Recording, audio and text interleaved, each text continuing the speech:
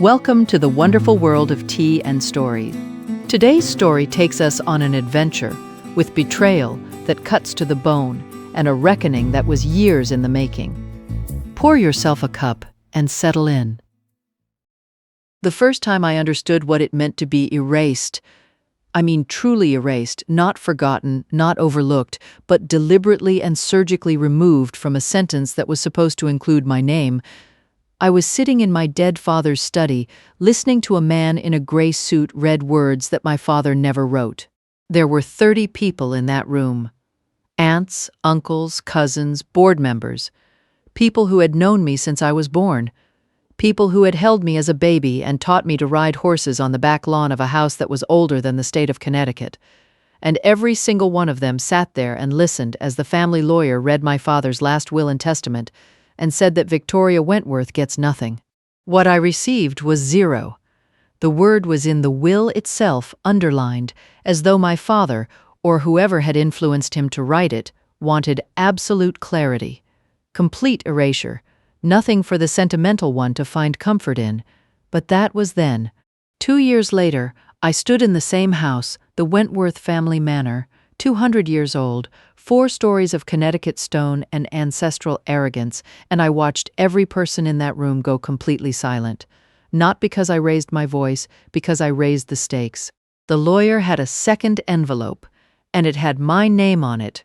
But to understand how I got from that reading room to that ballroom, how a woman who was declared worthless by her own family ended up holding the only document that mattered, I have to take you back. Back to when the house was still a home. Back when my father was still alive. Back to the last autumn I spent believing that love and legacy were the same thing. The Wentworth estate sat on 42 acres of Connecticut Hilltop, behind a wrought iron gate that bore our family crest, a lion rampant, a quill, and the Latin words Fidelis usque ad finem, faithful to the end. My great-great-grandfather built the house in 1821 with timber money and railroad contracts, and every generation of Wentworths had added a room, a wing, a legend. By the time I was born, the house had 11 bedrooms, a library with floor-to-ceiling walnut shelves, a ballroom with a ceiling painted to look like the Italian countryside, and a kitchen that smelled, in every season, of rosemary and wood smoke. I grew up in that house the way some people grow up in a story. I could tell you which floorboard creaked on the second-floor landing. I knew that the third window from the left in the east wing leaked when the rain came from the northeast, and I knew the fireplace in my father's study had a loose brick behind which, when I was 7, I hid a handwritten will leaving my entire collection of pressed leaves to my cat, Whiskers. My father found it and laughed, not at me but with me. He said, "Victoria, you understand legacy better than anyone in this family. You just don't know it yet." My father, Richard Wentworth, was the kind of man who read Shakespeare aloud at dinner, not because he was showing off, but because he genuinely believed that words mattered, that how you said something was as important as what you said. He ran the family company, Wentworth Holdings, which by then had diversified from timber into commercial real estate, private equity, and a small but profitable portfolio of vineyards in the Hudson Valley. He was thoughtful, deliberate, and quiet. He never raised his voice. Not once in my entire childhood did I hear him shout. When he was angry, he went still. When he was disappointed, he went silent. And when he was proud of you, which was rare, and therefore sacred, he would place his hand on your shoulder and say, "Well done, Victoria, well done." My sister Catherine was 3 years younger than me. Where I was dark-haired and deliberate, Catherine was blonde and immediate. She laughed loudly, spent freely, and moved through the world as though it owed her something it had forgotten to pay. She was not cruel, not exactly. She was simply accustomed to being the center of every room she entered, and she had never been given a reason to question whether she deserved to be there. Catherine was my mother's daughter in a way I never was. Eleanor Wentworth, maiden name Hollis, from old Connecticut money of her own, was elegant, composed, and utterly certain of the hierarchy of the world. She believed in bloodlines, in breeding, in the careful maintenance of social position.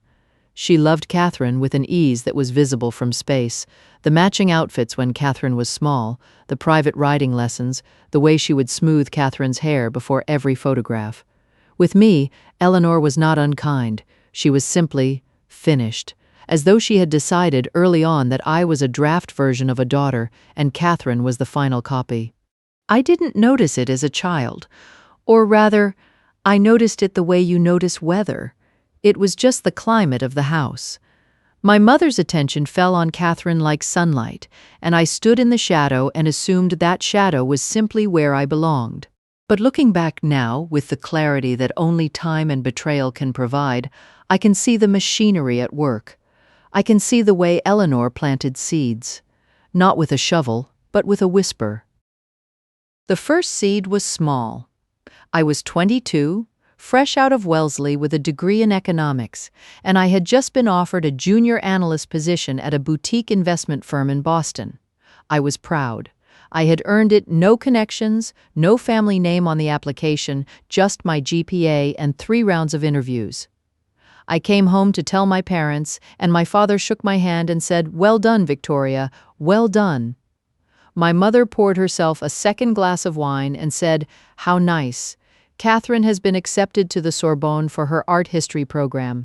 It wasn't what she said, it was the timing, the precision of it, the way my accomplishment was immediately weighed against Catherine's and found, by implication, to be lighter. The second seed was a year later. I had been promoted at the firm, the youngest analyst to make associate in their history. I called home. My father was delighted. My mother listened and then said, "Very carefully, Victoria. I hope you're being cautious. The financial world is unpredictable. Your father and I worry that you're building on sand." I remember the phrase "building on sand" because it was so specific, so deliberate, as though she had rehearsed it. What I did not know, what I would not learn until much later, was that my mother had been having private conversations with my father for years. Not arguments, not confrontations, quiet, systematic conversations in which she expressed her concerns about me. My recklessness, my sentimentality, my inability to separate emotion from business. She was not lying, exactly. She was curating. She was taking every genuine thing about me, my empathy, my loyalty, my willingness to fight for what I believed was right, and presenting it to my father as a liability. But there were moments, quiet, private moments, when my father and I understood each other completely. On Thursday evenings, when I was in my late 20s and visiting from the city, he would pour 2 glasses of 𝙑𝙀𝙑𝙑𝙑, and we would sit in his study and talk. Not about the family, not about business, about ideas, about the architecture of morality, about whether a person could be both practical and compassionate, or whether the world forced you to choose. He told me once it was October, the fire was crackling, and there was a glass of whiskey in his hand that he kept forgetting to sip. He told me that he had made mistakes in the business, that he had been too rigid, too focused on numbers, and that he wished he had allowed more room for what he called the human calculus.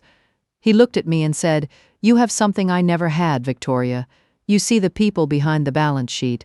Don't ever let anyone convince you that's weakness." I remember that night the way you remember a hymn. It lived in me. It was the thing I held on to when my mother's coldness felt like a judgment, when Catherine's ease made my effort feel pointless. My father saw me, he knew who I was, and he valued it.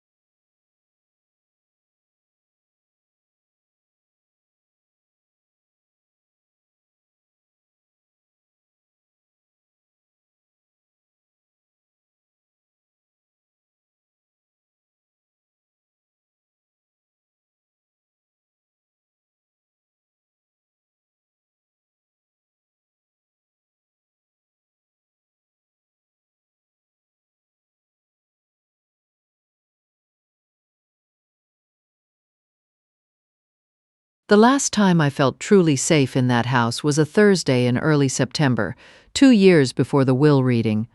My father and I sat in the study. The fire was lit. The leaves were just beginning to turn. He was thinner than usual, I noticed, but he waved away my concern, and he was talking about the future. Not his future, mine. He said, "Victoria, I want you to know that I see what you've built, not just the numbers, the infrastructure, the relationships, the way you've treated the employees." He paused. "You are the most capable person in this family. I need you to know that. Whatever happens, I need you to know that I know it." I should have asked him what he meant by whatever happens.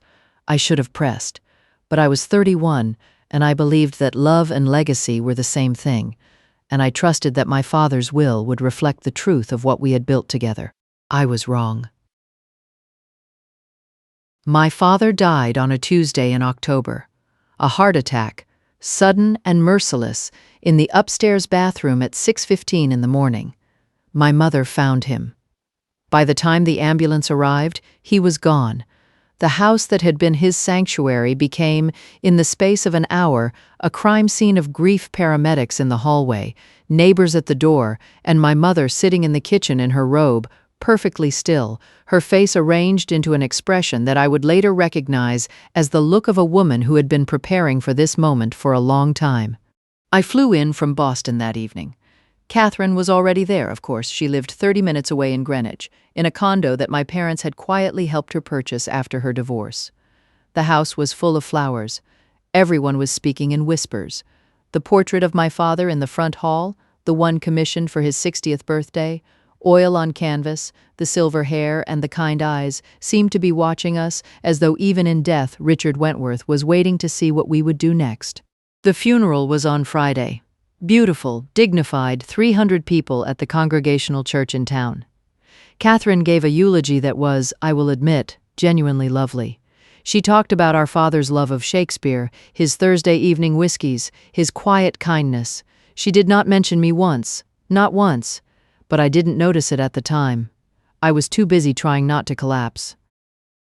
The will reading was scheduled for the following Wednesday, 1 week after the funeral. My mother chose the date. She chose the room, the formal dining room, which seated 40 and which we used as a family only for Thanksgiving and funerals. She chose the seating. I noticed, when I arrived, that she had placed Catherine and herself at the head of the table, closest to the lawyer. I was seated in the middle of the long side, between an aunt I barely knew and a cousin who had once asked me, at a family picnic, what I actually did all day. There were 31 people in that room. 30 relatives, the family lawyer, a man named 𝙤𝙤𝙩𝙤𝙤, who had handled the Wentworth estate for 20 years, and me. The room smelled of mahogany polish and my mother's perfume, which was Shalimar, which she had worn every day of my life, and which I will never be able to smell again without feeling the floor tilt beneath my feet. 𝙤𝙤𝙩𝙤𝙤 opened his briefcase, removed a leather folder, and cleared his throat. He said, "I am here to read the last will and testament of Richard Andrew Wentworth, dated March 14th of this year." March, 6 months before he died. I did the math immediately. March, which was 5 months after the Thursday evening when my father told me I was the most capable person in the family. He began reading. The preliminary language, the being of sound mind language, the revocation of previous wills. My hands were folded in my lap. My mind kept circling back to the pressed leaf will I had written at 7 years old, to the loose brick in the fireplace, to Thursday evenings. Then 𝙤𝙤𝙩𝙤𝙤 turned to the 4th page, and he read in his careful, practiced voice, "To my daughter Catherine Ann Wentworth, I bequeath the family estate at Hilltop Lane, all associated real property, all personal effects within the estate, and controlling shares 62% of Wentworth Holdings Incorporated." The room shifted. I could feel it the way 30 people simultaneously adjusted their understanding of what was happening. Catherine's hand went to her mouth, but her eyes did not look surprised. My mother placed her hand over Catherine's and squeezed, a gesture of comfort, or congratulation. 𝙤𝙤𝙩𝙤𝙤 continued reading. There were bequests to cousins, to the church, to a historical preservation society. I waited. I sat very still and I waited for my name. For the codicil, for the sentence that said, "To my daughter Victoria Eleanor Wentworth, I bequeath," what? The library? The Thursday evening tradition? The leather notebook? Something. Anything. 𝙤𝙤𝙩𝙤𝙦 turned to the last page, paused, and looked up, not at me, but at a point on the wall just above my head, as though he could not quite bring himself to meet my eyes. And he read, "To my daughter Victoria Wentworth, nothing. Victoria will receive no share of the estate, no interest in the company, and no personal property beyond what is currently in her possession. She was always the sentimental one. She would have frittered her legacy away on feelings." The words were not my father's. I knew that immediately. My father did not use the word frittered. My father did not reduce a person's character to a single adjective and use it as a justification for erasure. My father would say, "Well done, Victoria." He would tell me, "You see the people behind the balance sheet." And he would add, "Don't ever let anyone convince you that's weakness." The man who wrote those words in the will was not the man who raised me. The man who wrote those words had been edited, coached, manipulated by someone who understood exactly how to make cruelty sound reasonable. I looked at my mother. Eleanor Wentworth sat at the head of the table with her hand on Catherine's wrist, and her face was a masterwork of composure. Not a flicker, not a tremor. She met my eyes for exactly 1 second, and in that second I saw it. Not guilt, satisfaction. Catherine looked at me across the table. She had the decency, or the poor judgment, to look uncomfortable, not devastated, not protesting, just slightly awkward, the way you look when someone trips in public and you're not sure whether to help or pretend you didn't see. She opened her mouth as if to say something, and then she closed it, and she looked at my mother, and my mother gave the smallest shake of her head, and Catherine folded her hands in her lap and said nothing. The room was silent. Not the silence of shock, the silence of complicity. 30 people who had watched me grow up, who had eaten at my father's table, who had seen me work weekends at the office while Catherine was in Positano, and not one of them said a word. Not one of them said, "Wait, this doesn't seem right." Not one of them said, "Gerald, are you sure this is the complete document?" They sat there with their hands in their laps, and they let it happen. I stood up. My chair made a sound against the hardwood floor, a scraping sound that seemed, in the silence, as loud as a gunshot. I buttoned my blazer. I looked at my mother, then at Catherine, then at 𝙤𝙤𝙩𝙤𝙤, who was now closing his leather folder with the careful movements of a man who wanted very much to be somewhere else. And I said, and I am proud of this because my voice did not shake, not once, I said, "Thank you, Gerald. I appreciate your thoroughness." And I walked out of that room with my head up and my shoulders back, and I did not look at a single person on the way out. I walked down the drive. The gravel crunched under my shoes. It was 4:30 in the afternoon, and the light was already fading, October in Connecticut, where the days shorten like a closing door. I got into my car. I sat behind the wheel for 6 minutes. I know it was 6 minutes because I looked at the dashboard clock, and I remember thinking, with the absurd clarity of shock, that 6 minutes was a very specific amount of time to sit in a driveway before your entire understanding of your family collapsed. I drove to the airport. I flew back to Boston. I sat in my apartment, a 1-bedroom in Back Bay that I paid for myself, with money I earned myself, from a career I built myself, and I poured a glass of 𝙑𝙀𝙑𝙀, and I stared at the wall, and I thought about Thursday evenings. My phone rang 17 times that night. I did not answer it. My mother called twice, 2 voicemails, each one a model of controlled concern. "Victoria, darling, I know this must be difficult. Call me when you're ready to talk." Catherine called once, a text actually, which read, "I'm sorry, I didn't ask for this. Let's talk." I read it. I did not reply. I finished my whiskey. I went to bed, and I lay in the dark, staring at the ceiling, and I thought about one thing, just one. My father said, "Whatever happens, I need you to know that I know it." He knew. He knew something was coming. He had tried to tell me, and I hadn't listened. The first month was a controlled demolition of everything I thought I knew. Work, home, eating standing up in the kitchen, which is what you do when sitting down feels like an invitation to think. I did not cry. I want to be clear about that, not because crying is weakness, but because I had the strange and persistent sensation that if I started, I would not be able to stop.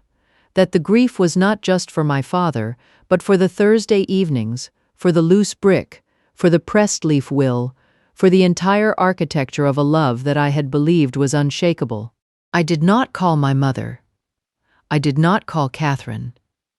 I blocked 3 cousins who texted me versions of "hang in there" and "your dad loved you, you know that." I did not know that. I had known it once, the way you know the sun will rise, as a fact so fundamental it didn't require evidence. But the will had rewritten the evidence. The will said nothing, and nothing is very hard to argue with.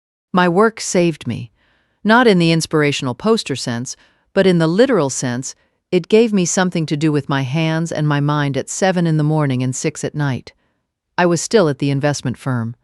I had been promoted to vice president the previous year, and I threw myself into the role with the ferocity of a woman who had been told she would fritter her legacy away on feelings and was determined to prove, if only to herself, that feelings and numbers could coexist.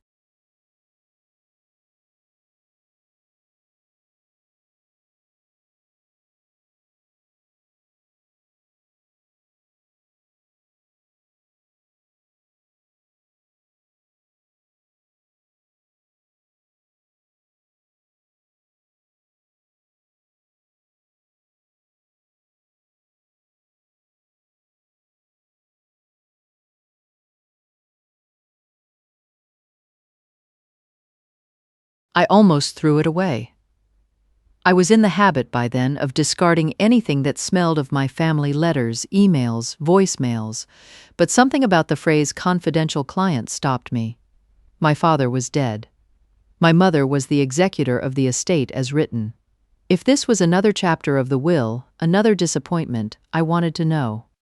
I called the number. A secretary put me through. Arthur Calloway had the voice of a man who had spent 40 years choosing his words carefully, measured, warm, with a slight New England cadence that reminded me painfully of my father. He said, "Ms. Wentworth, I believe you are aware that a will was read on October 22nd of this year at the Wentworth family estate."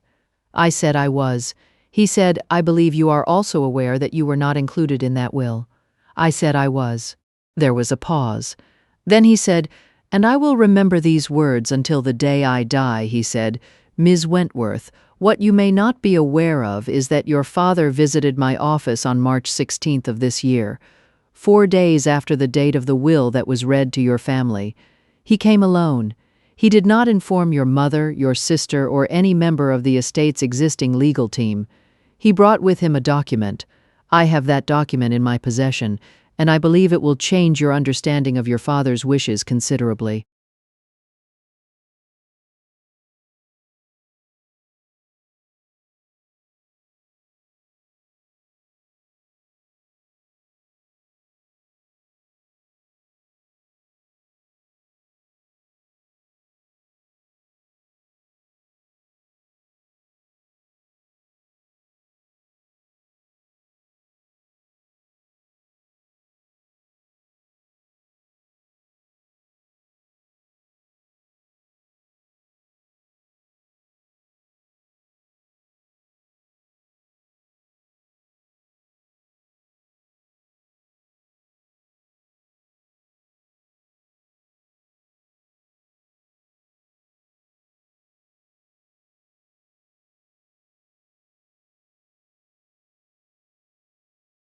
He said, "Your father came to see me because he did not trust the document he was being pressured to sign."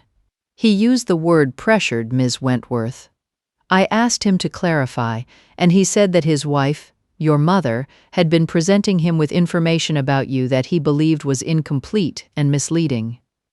He said that your mother had told him you had made a reckless decision with the company's assets, the Boston Corridor investment, and that you had expressed sentiments to a family friend that suggested you would sell the company if given control. I felt the room tilt.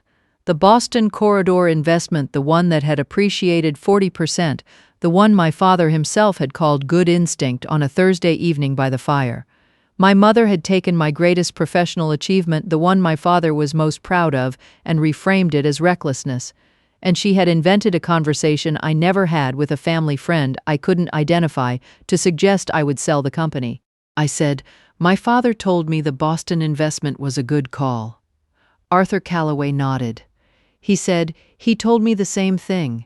He also told me that your mother had been presenting a version of events that he found, in his words, increasingly difficult to reconcile with what I know to be true about my daughter. He came to me because he wanted to ensure that his wishes were documented independently, outside the influence of the household." 𝙬𝙀𝙀𝙩𝙤 opened the sealed envelope. Inside was a codicil, a legal amendment to a will, dated March 16th, notarized, witnessed by 2 independent parties, and filed with the Hartford County Probate Court. It was irrevocable.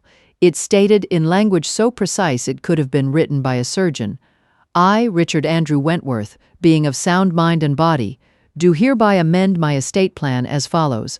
My daughter Victoria Eleanor Wentworth shall receive sole controlling interest, 62% of Wentworth Holdings Incorporated, and shall serve as sole executor of the Wentworth estate, with all powers and privileges pertaining thereto. This codicil supersedes any and all prior or subsequent wills." I sat in 𝙬𝙀𝙀𝙩𝙤's office for 2 hours. He explained the legal framework.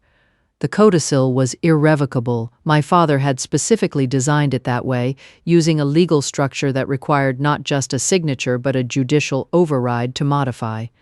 My mother's will, the one 𝙤𝙤𝙀𝙗𝙗 had read, was legally subordinate to the codicil. In the eyes of the law, I was the controlling heir. I was the executor. The house, the company, the legacy, it was all mine, and it had been mine since March 16th, 2 days after my mother's version was signed. My father had outmaneuvered her. Not with anger, not with confrontation, but with paperwork, the way a Wentworth should. I asked 𝙬𝙀𝙀𝙀𝙗 why my father hadn't told me directly. Why the secrecy? Arthur smiled a sad, knowing smile and said, "He told me he was afraid, not of your mother, of the conversation. He said he didn't know how to look you in the eye and tell you that your mother was trying to erase you from the family. He said he hoped the document would speak for itself when the time came." He paused. He also said, and these were his exact words, "Victoria will understand. She always understood the documents better than the emotions. That's her gift." I did not cry in 𝙬𝙀𝙀𝙀𝙗's office, but I came close. I came very, very close. I took a copy of the codicil. I thanked 𝙬𝙀𝙀𝙀𝙗, and then I did something that surprised even me. I put the document in my leather portfolio, the burgundy one, with my initials, and I went home. And I put the portfolio in my closet, and I closed the door. I didn't call my mother, or Catherine, or 𝙤𝙤𝙀𝙀𝙗. I didn't hire a new lawyer, file a motion, or go to the press. I didn't do any of the things that a woman wronged is expected to do, the screaming, the demanding, the public shaming. I did nothing. I went back to my job. I continued to build my career. I let my mother believe she had won. Because my father had taught me something on those Thursday evenings that went beyond whiskey and Shakespeare. He had taught me that timing is everything, that the document doesn't matter until the room is right, that you don't play the ace when nobody's watching. You wait until everyone who needs to see it is sitting at the table. And I knew the way I knew the creak on the second-floor landing, the way I knew the leaky window in the east wing, that there would come a moment, a public moment, a moment when every person who had sat in that dining room and said nothing would be gathered in the same place again. The Wentworth family didn't do anything quietly. We had galas, we had fundraisers, we had an annual tradition, the Wentworth Charity Gala, held every October at the Manor, 200 guests, black tie, the social event of the Connecticut autumn season. My mother would host it. Catherine would preside. The house would be full of people who believed the will was the final word. And I would be there, with the last paper. The 2 years between the will reading and the gala were, paradoxically, the best years of my professional life. I was promoted to senior vice president. I led the firm's first cross-border acquisition, a Canadian real estate trust that tripled our institutional portfolio. I was profiled in the Wall Street Journal, a small piece, but it mentioned my name and my work, and it was the first time I had been publicly recognized for my competence rather than my surname. I built a life in Boston. Not a grand life, a real one. A circle of friends who knew me as Victoria the analyst, not Victoria the Wentworth. A Saturday morning routine at a cafe on Newbury Street, a therapist named Dr. Kwan who helped me understand that the silence I maintained was not weakness, it was strategy, but it was also grief, and the two could coexist. I thought about the codicil every day. Not with anticipation, with patience. I had read it so many times that I could recite the key paragraphs from memory. I knew it was legally ironclad. 𝙬𝙀𝙩𝙤𝙀 had confirmed this multiple times in conversations I initiated every 6 months, like a patient checking a pulse. In the second year, Catherine called me. It was a Tuesday evening in March. She said, "Victoria, Mom wants to know if you're coming to the gala this year." Her voice was carefully casual, the voice of someone who has been told to make a phone call and is doing her best to sound like she thought of it herself. I said, "Which gala?" She said, "The Wentworth Gala." "October," I said, "I'll be there." There was a pause. Catherine said, "Okay." And then, after another pause, "Victoria, I want you to know, I never asked for any of this." I said, "I know, Catherine," and I hung up. I didn't say it to be kind. I said it because it was true. Catherine hadn't asked for the estate. She had simply accepted it, the way she accepted everything, with open hands and closed eyes. She was not the architect of my erasure, she was the beneficiary, and that in some ways was worse. The Wentworth Charity Gala was held on the third Saturday of October. 200 guests, black tie. A sit-down dinner for 120 in the back tent, cocktails and dancing in the ballroom, a string quartet on the East Lawn. The theme that year, my mother's idea, was legacy and light. I found that ironic, given that she had spent the previous 2 years extinguishing one and hoarding the other. I arrived at 7:15. I drove myself. No driver, no entourage, no dramatic entrance in a limousine. I pulled into the circular drive behind a Bentley and a Mercedes and parked my car, a Volvo, practical, reliable, paid for in full, and I walked up the stone steps to the front door of the house where I had grown up. I wore navy.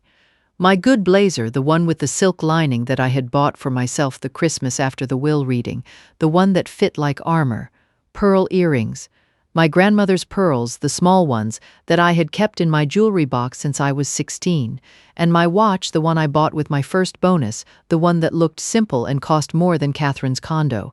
I carried the leather portfolio, the burgundy one, the same one I had carried to 𝙬𝙀𝙩𝙤𝙀's office, the same one I had carried out of the reading room 2 years earlier. Inside it was a copy of the codicil, a letter from 𝙬𝙀𝙩𝙤 confirming its validity, and a prepared statement that I had written at my kitchen table 3 weeks earlier, revised 7 times, and memorized word for word. I did not know, walking through that door, exactly how the evening would unfold. I did not have a script for the moment, only a certainty. A certainty that the document was real, that the law was on my side, and that my father, wherever he was, had given me the only weapon I would ever need: a piece of paper. The ballroom was magnificent. My mother had outdone herself, or more accurately, she had spent the estate's money outdoing herself. Crystal chandeliers, autumn floral arrangements in copper vases, candles in silver holders on every surface. The string quartet was playing Vivaldi.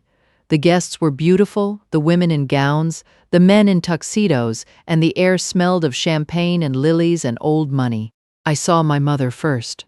Eleanor stood near the fireplace at the east end of the ballroom, in a charcoal gown with a diamond brooch, her silver blonde hair swept up, a glass of champagne in one hand. She was talking to the mayor's wife and laughing the practiced, musical laugh of a woman who has hosted 100 galas and has never once doubted her right to do so. She saw me. The laugh stopped. Not abruptly, Eleanor didn't do anything abruptly. It trailed off like a song reaching its final note, and her eyes found me across the room, and she held my gaze for 3 seconds. Then she smiled. The smile was warm, composed, and entirely false. She raised her glass in a small gesture, "Welcome, Victoria," and turned back to her conversation. Catherine was by the bar, in a red dress that was too tight and too short for a family gala, talking to a man I didn't recognize. She saw me and waved, a quick, nervous wave, the wave of a woman who had been told I was coming but hadn't quite believed it. She excused herself from the man and started walking toward me. I did not walk toward her. I stood by the entrance and let her come. "Victoria," she said, when she reached me. "You look great." She said it the way people say you look great, when they mean you look different. I thanked her. I asked about her work. She was running a small art gallery in Greenwich, funded by a salary from the estate that she described as a stipend. I nodded. I did not mention the codicil. I did not mention the will. I said, "It's good to see you, Catherine." And I meant it. That was the complicated part. I meant it. Dinner was served at 8. I was seated at table 12 in the back, near the tent flaps between a retired judge and a woman who bred horses. My mother and Catherine were at table 1 at the front with the mayor, the bank president, and 2 board members of Wentworth Holdings. The seating arrangement was, like everything my mother did, a statement. Table 1 was power. Table 12 was exile. I ate my salad. I made polite conversation with the judge about property law. I drank 1 glass of white wine. I was calm. I am not saying this to sound heroic. I am saying it because it is true. The calm was not a performance. It was the calm of a woman who had been holding a winning hand for 2 years and had finally been invited to the table where it mattered. At 8:45, my mother stood. The string quartet fell silent. The mayor tapped his glass, and Eleanor Wentworth, in her charcoal gown and her diamond brooch, addressed 200 guests with the practiced authority of a woman who believed she was the matriarch of the most important family in Connecticut. She spoke about the charity. She spoke about legacy, that word again, legacy, as though saying it enough times would make her the sole custodian of its meaning. She spoke about Richard, my father, with a tenderness that made my jaw tighten. She said, "Richard believed that a family's legacy is built by those who are strong enough to protect it, who are disciplined enough to preserve it, who understand that sentiment and business must never mix." She looked directly at me when she said that. Directly at me. 200 people in the room, and she chose to aim that sentence at her own daughter. I let her finish. I let the applause happen. Catherine stood and took a small bow, as though the gala were a personal achievement rather than a family obligation. I let the moment settle, and then I stood up. I did not walk to the front of the tent. I walked to the side to the small raised platform where the quartet had been playing, which gave me a sightline to every table in the room. I did not raise my voice. I did not need to. The tent was open, the acoustics were designed for music, and when I spoke, every person in that tent heard me. I said, "Good evening. My name is Victoria Wentworth. Many of you were at the will reading 2 years ago. All of you know what was said there. I'd like to take a moment tonight to share something my father left for me, something that was not part of that reading." The tent went quiet. Not silent quiet. The kind of quiet that happens when 200 people simultaneously stop breathing. My mother's glass was halfway to her lips.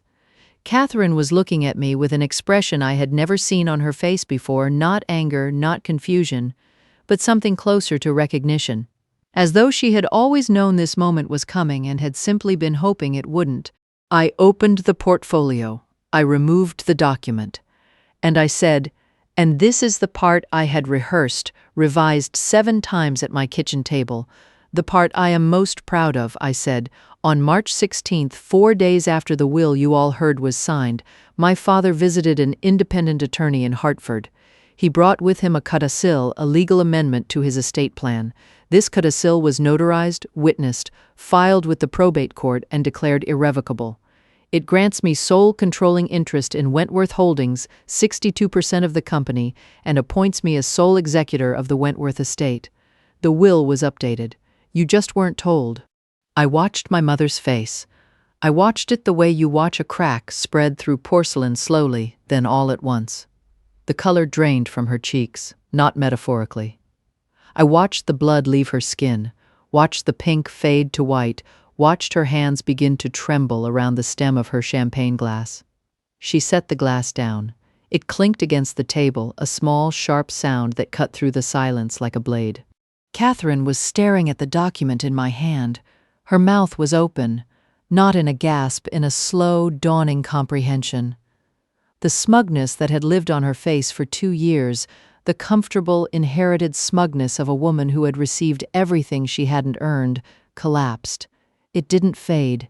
It collapsed, like a building whose foundation had just been removed. I continued. My voice was steady. My hands were steady.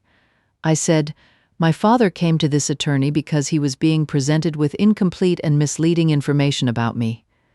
He was told that I had made reckless financial decisions, including the Boston corridor investment that ultimately appreciated 40% and became one of the most profitable holdings in the company's portfolio.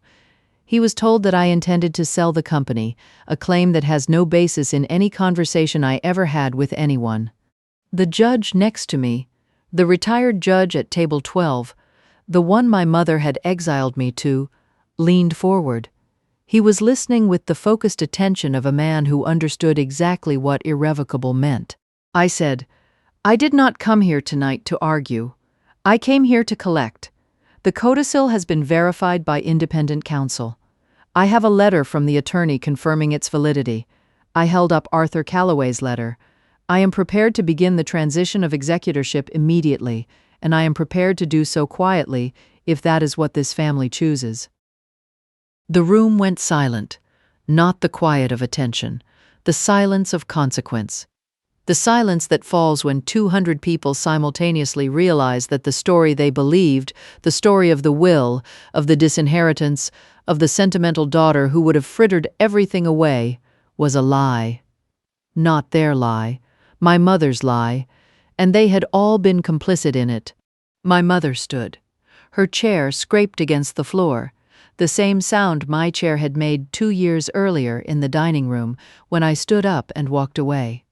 She said, "Victoria, this is not the time or the place."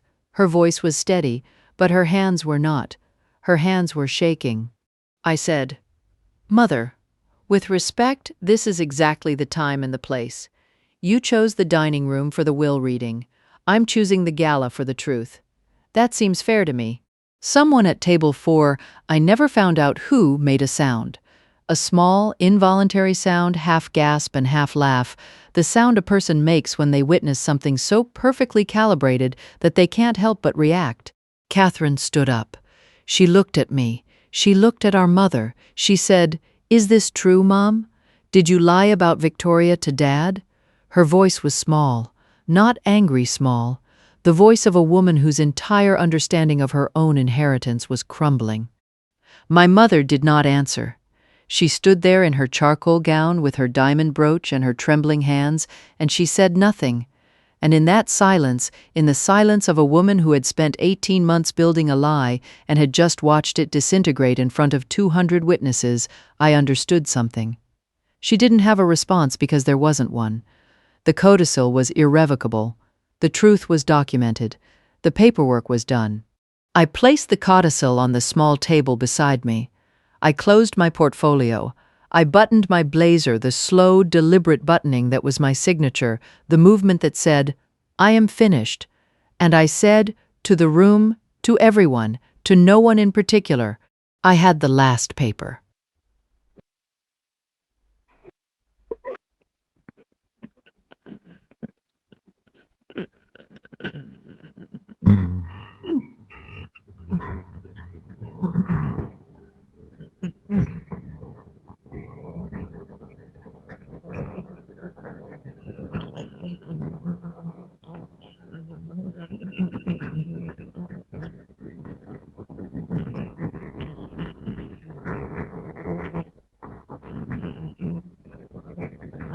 I am. The string quartet did not resume. The mayor did not make a toast. People began to leave quietly, quickly, the way people leave a theater when the play has ended, and it was not the play they expected. My mother sat back down. She placed both hands flat on the table, as though she needed to feel something solid beneath her. Catherine stood beside her, not touching her, not speaking, just standing there in her red dress with her smugness gone, and something raw and bewildered in its place. I walked out of the tent, across the back lawn of the estate, my estate now in the eyes of the law. The October air was cold and clear, and the stars were visible above the bare branches of the oaks, and the manor house was lit up like a ship at sea. I stopped at the edge of the lawn and looked at it. 200 years of Wentworth history. 11 bedrooms, a library with floor-to-ceiling walnut shelves, a fireplace with a loose brick. I was not smiling. I was not triumphant. I was standing in the place where I had grown up, holding a document that my father had written for me in secret, and I was thinking about Thursday evenings.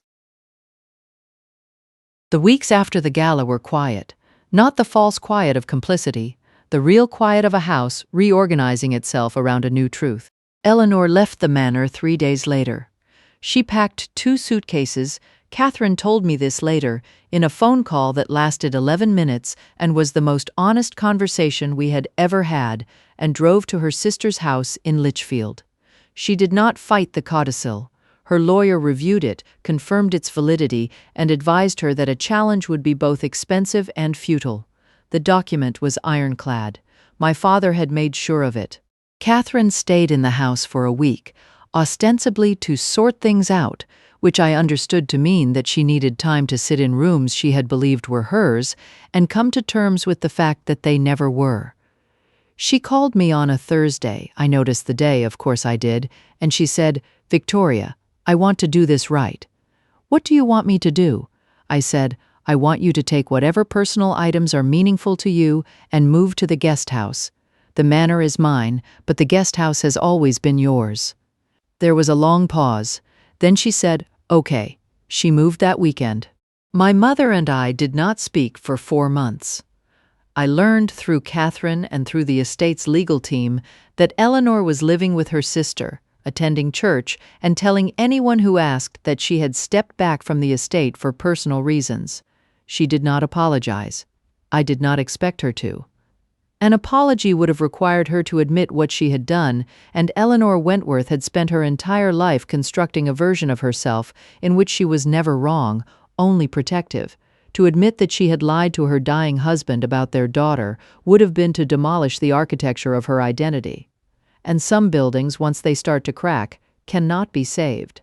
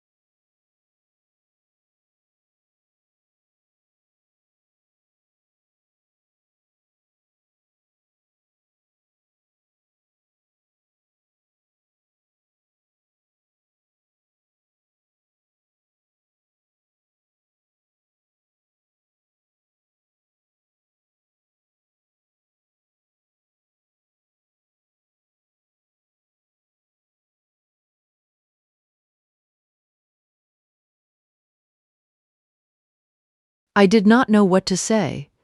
For the first time in my life, the woman who had spent my childhood making me feel invisible had just told me why.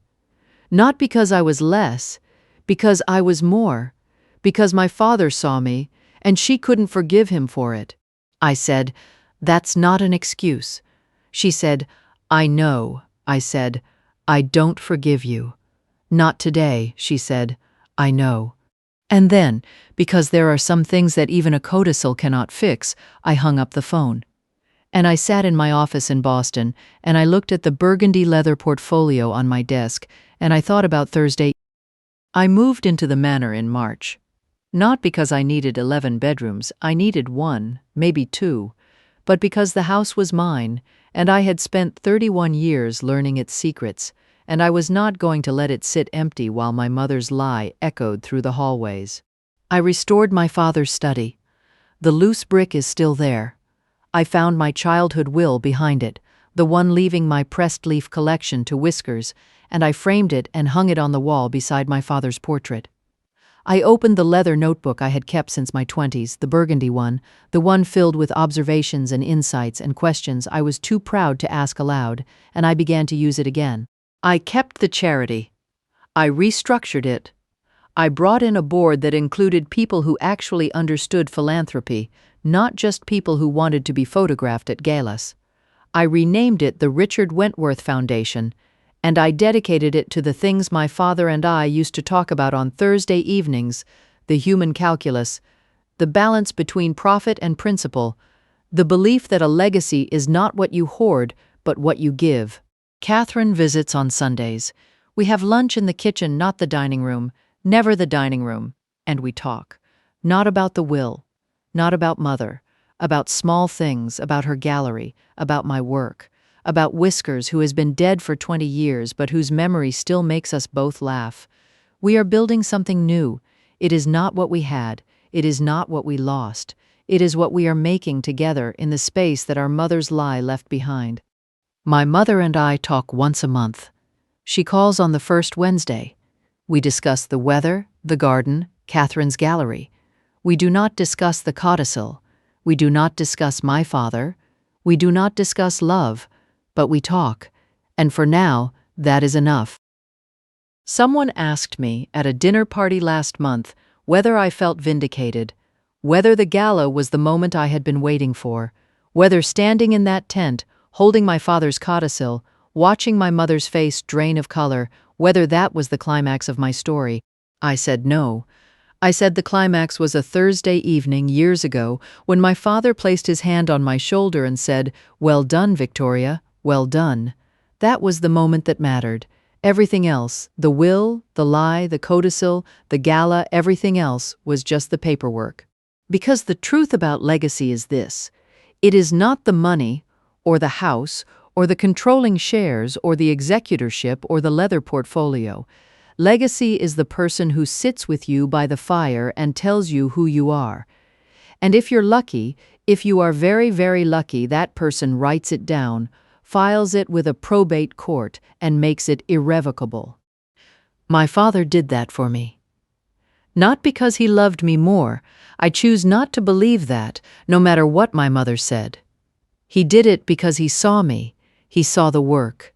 He saw the instinct. He saw the person behind the balance sheet, and he made sure that the world would see it too. I don't raise my voice. I raise the stakes. The will was updated.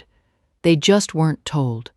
I had the last paper, and my father, wherever he is, in whatever quiet book-lined room exists beyond this one, is pouring himself a 𝙑𝙀𝙑𝙑𝙑, settling into a leather chair and saying the only words that ever mattered. Well done, Victoria. Well done.